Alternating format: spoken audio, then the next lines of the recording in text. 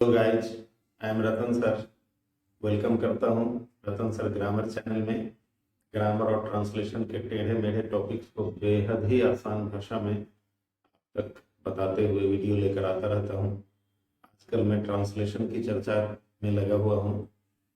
इसी चर्चे के अगले भाग के रूप में आज का वीडियो होगा। तो आज का वीडियो बहुत ही काम का और आपके लिए इम्पोर्टेंट होने वाला है, तो वीडियो में अंत तक बने रहें।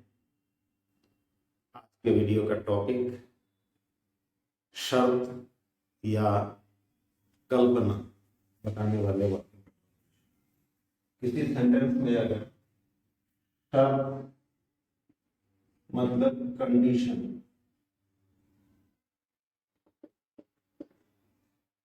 या कल्पना जो हम सोचते हैं, सपोजिशन,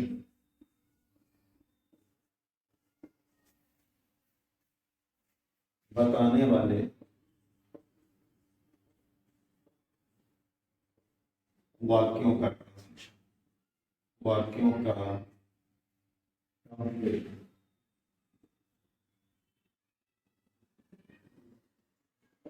तो सबसे पहले बनावट क्या होती है वाक्य की, उसको देखेंगे।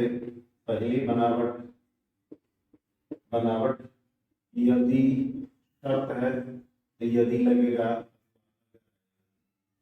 यदि अथवा अगर। उसके बाद उपवाक्य, ये उपवाक्य भी वाक्य ही होता है, क्लाउज कहा जाता है इंग्लिश में। उसके बाद तो और फिर दूसरा उपवाक्य। इस तरह की बनावट वाला अगर वाक्य आपके सामने आता है तो ऐसे वाक्य को ट्रांसलेट करने का सूत्र होगा इफ। अगर के लिए इफ आता है,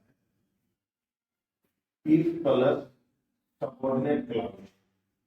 ये सबऑर्डिनेट क्लाउज सिंपल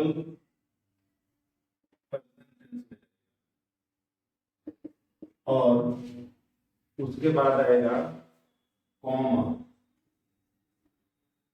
फिर आएगा अगला क्लाउज, प्रिंसिपल क्लाउज ये रहेगा सिंपल फ्यूचर में।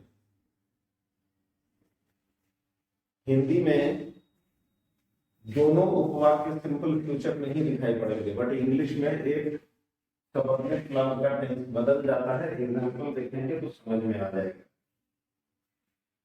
यदि अथवा अगर आप जल्दी करेंगे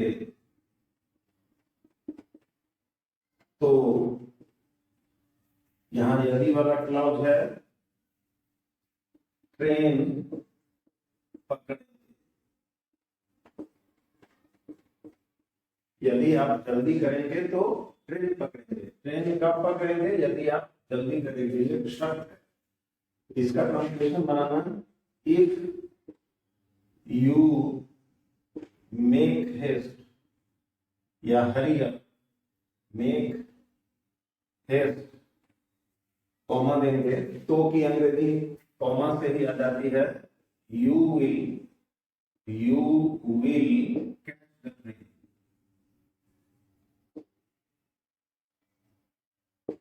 दोनों वाक्य हिंदी में सिंपल फ्यूचर में ही है, करेंगे पकड़ेंगे।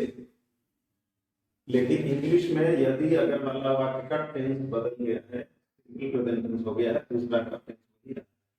इस वाक्य को उल्टा पुल्टा ऐसे भी यूज कर सकते हैं, you will catch the train.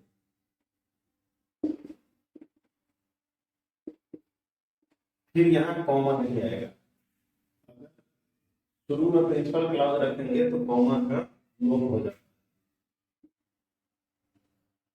है। इफ यू हरी अप या मेक हेस्ट या बी क्विक।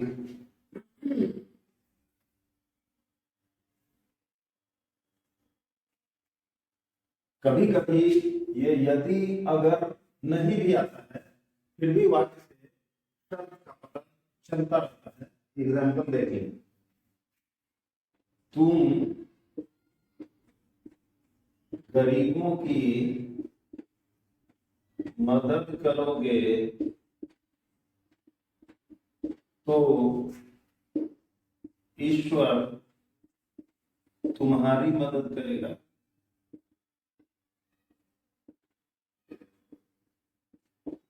यहाँ पे यदि अथवा अगर नहीं आ रहा है, बात फिर भी वही है।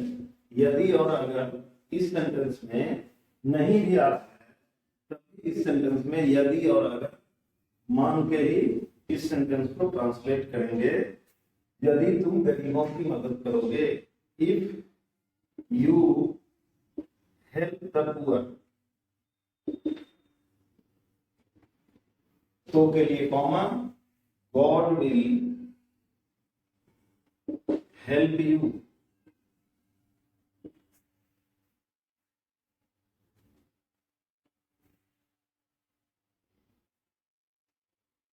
अब अगला जो पॉइंट है उसमें है कि यदि और अगर लगे हुए वाक्य, और यदि और अगर, अगला पॉइंट है यदि अथवा अगर और तो, जैसे कि ऊपर वाले वाक्य में से जुड़े हुए दो उपवाक्यों से, जो दो उपवाक्य इन दोनों से जुड़े हुए होंगे,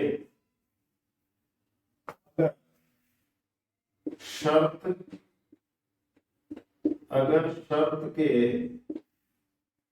पूरे होने की संभावना,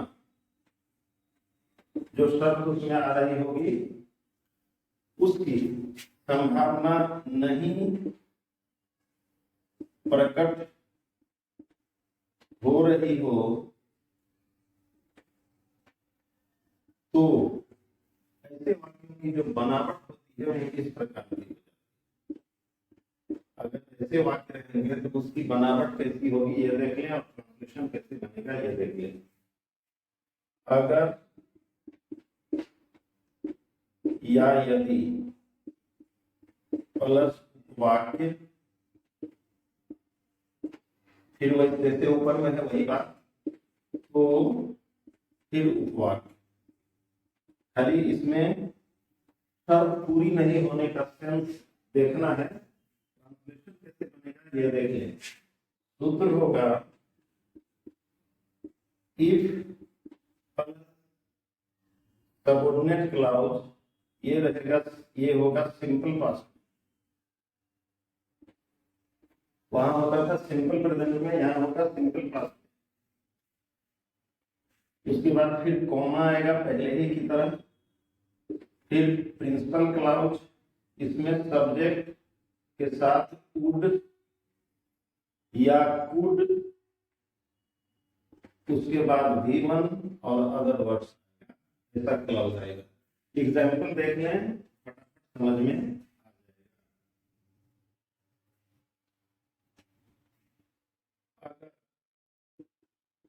मेरे दादा जीवित हो जाएं तो मैं खुश हो जाऊं।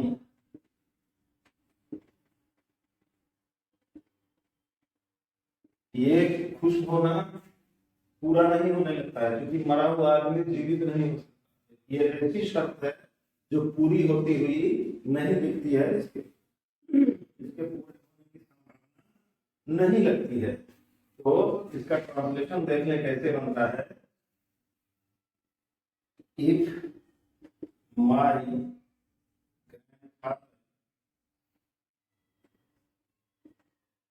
वेयर, यहाँ पे हर तरह के सब्जेक्ट के साथ वेयर, सिंगुलर सब्जेक्ट के साथ ही वर्ड का ही प्रयोग होगा, जिसको वेयर भी लोग बोल देते हैं। तो अलाइव, जीवित होते, if my grandfather were alive, I would be happy अथवा pleased. I would be happy व I would be pleased. इस तरह के वाक्यों में if का प्रयोग नहीं भी होता है, बिना if के भी बनता है। इस तरह के वाक्यों का ट्रांसलेशन कैसे बनता है आगे एग्जाम्पल से पता चलेगा। मतलब यही जो वाक्य अभी है, इस तरह के वाक्य का ट्रांसलेशन बिना if के भी बन सकता है। इसी तरह की शर्त वाले वाक्यों का कैसे बनेगा ये देखें।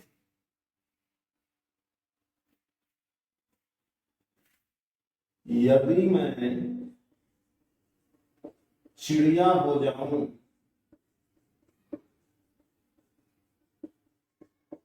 अब इसमें ऐसी शर्त है जो पूरी होने की संभावना नहीं लगती, क्योंकि यदि मैं चिड़िया हो जाऊं, कोई आदमी बोल रहा है और आदमी कभी चिड़िया नहीं हो सकता, इसलिए इसका ट्रांसलेशन ऐसे बनेगा, were I a bird, were I a bird, were I a bird. इसका दूसरी तरीके से भी ट्रांसलेशन ऐसे बन सकता है, शुड आई, यहाँ पे should I become a bird, were I a bird व should I become a bird. अगर वह राजा हो जाए, नहीं हो सकता क्योंकि राजतंत्र दुनिया में नहीं है, तो ऐसी शर्त है जो पूरी होने वाली नहीं है, तो वह भी किंग अथवा should he become a king. दोनों वाक्यों को गौर से देख लें। आगे का पॉइंट,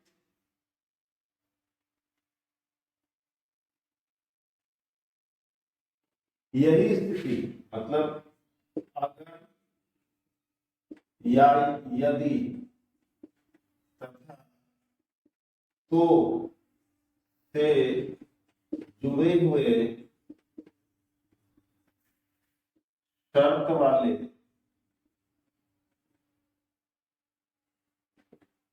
वाक्य, शर्त वाला वाक्य अगर पास्ट टाइम का रहे,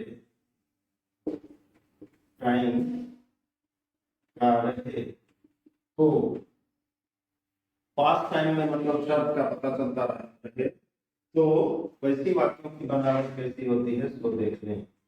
वैसी वाक्य ऐसे मिलेंगे आपके सामने, यदि अथवा अगर प्लस उपवाक्य, साथ में तो फिर उपवाक्य। केवल ये पहले बताया गया तरीका ही है, पहले जैसी बनावट बताई गई वही बनावट है, लेकिन ये पास्ट टाइम में रहेगा। अगर ऐसा रहेगा तो इसको ट्रांसलेट करने का सूत्र होगा इफ, और उसके बाद सबऑर्डिनेट क्लॉज ये रहेगा पास्ट परफेक्ट टेंस में, पास्ट परफेक्ट, फिर कॉमा, उसके बाद जो प्रिंसिपल क्लॉज रहेगा उसमें सब्जेक्ट के बाद वुड हैव के साथ V3 और अदर वर्ड्स। एग्जाम्पल देख लें। अगर उसने परिश्रम किया होता तो सफल हुआ होता, मतलब बीते हुए टाइम में शर्त पूरी नहीं हुई है, क्योंकि उसने परिश्रम नहीं की, सफल नहीं हुआ। तो बीते हुए समय में इस तरह की देख लें कैसे बनेगा। If he had worked hard, फिर कॉमा देंगे, he would have succeeded।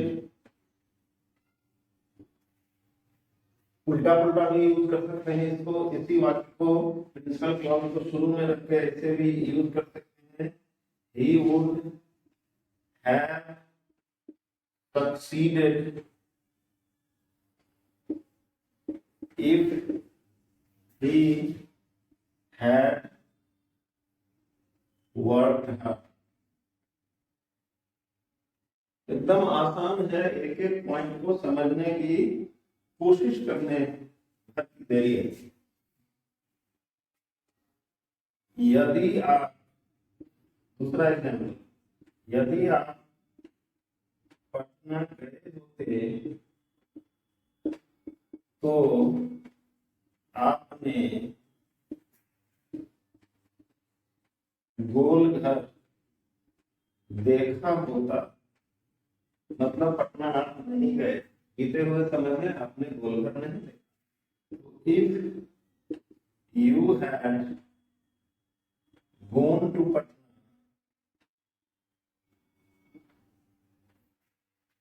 you would have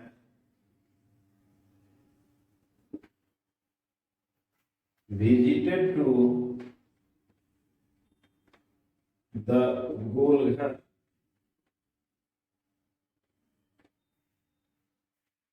इसको पहले प्रिंसिपल क्लाउज, बाद में सबऑर्डिनेट क्लाउज रख करके you would have visited to the Golghar if you had gone to Patna, ऐसे भी यूज किया जा सकता है।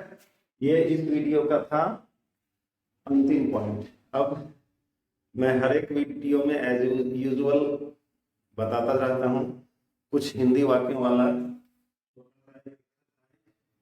जिन वाक्यों को ट्रांसलेट कर आप यह समझ सकते हैं, यह जान सकते हैं कि इस वीडियो में बताए गए पॉइंट्स आपकी समझ में आया या नहीं आया। तो छोटा सा कुछ हिंदी वाक्यों, 8-10 हिंदी वाक्यों वाला एक छोटा सा exercise, translate into English. Number 1, अगर तुम नियमित व्यायाम करोगे तो, नियमित व्यायाम करोगे तो तुम स्वस्थ होगे। नंबर 2, यदि वह तुरंत रवाना होगी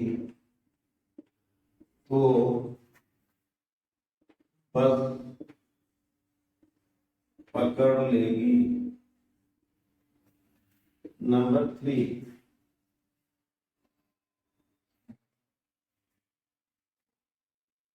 अगर हम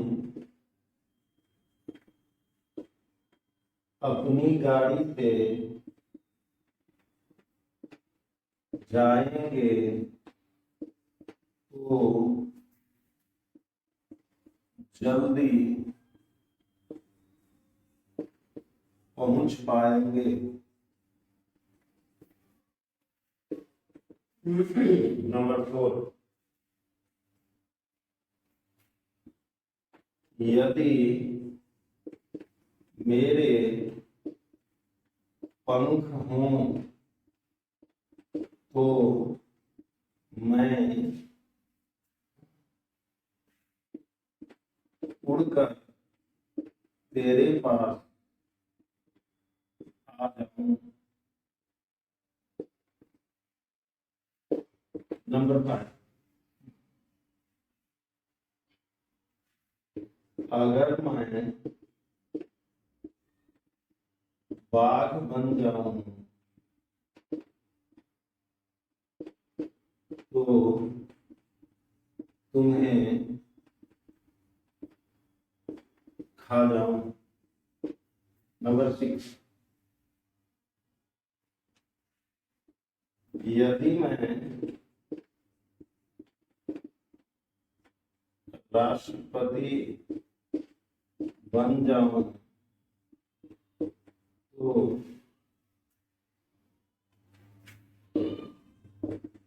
शिक्षा व्यवस्था को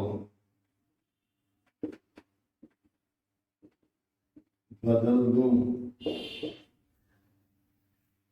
नंबर 7,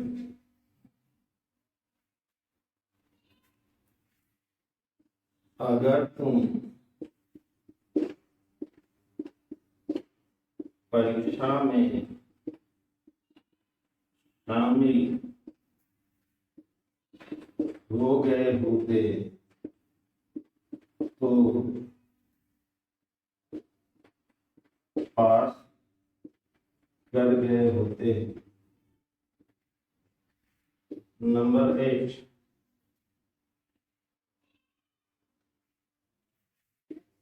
अगर उसने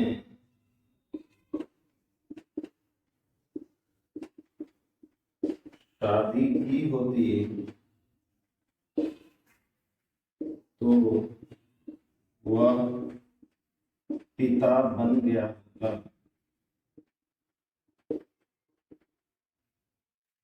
नंबर 9,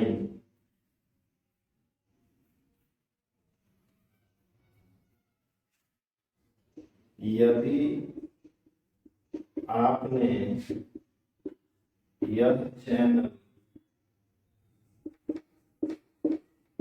देखा होता तो आपने अनुवाद सीखा होता। नंबर 10 एंड लास्ट, 10 नंबर, अगर मैं शेर हो जाऊं। ये 10 हिंदी वाक्यों वाला एक छोटा सा ऐसा एक्सरसाइज है जिसको ट्रांसलेट करके you will be able to assess yourself and know whether you have understood the points discussed in the video or not. तो आज इस वीडियो में इतना ही। मिलते हैं एक बम्पर इंफॉर्मेशन के साथ अगले वीडियो में। चैनल को सब्सक्राइब करके रख लें so that the notification of the video uploaded by me may reach you first of all. तो मिलते हैं अगले वीडियो में। Till then take care, have a nice day, good bye.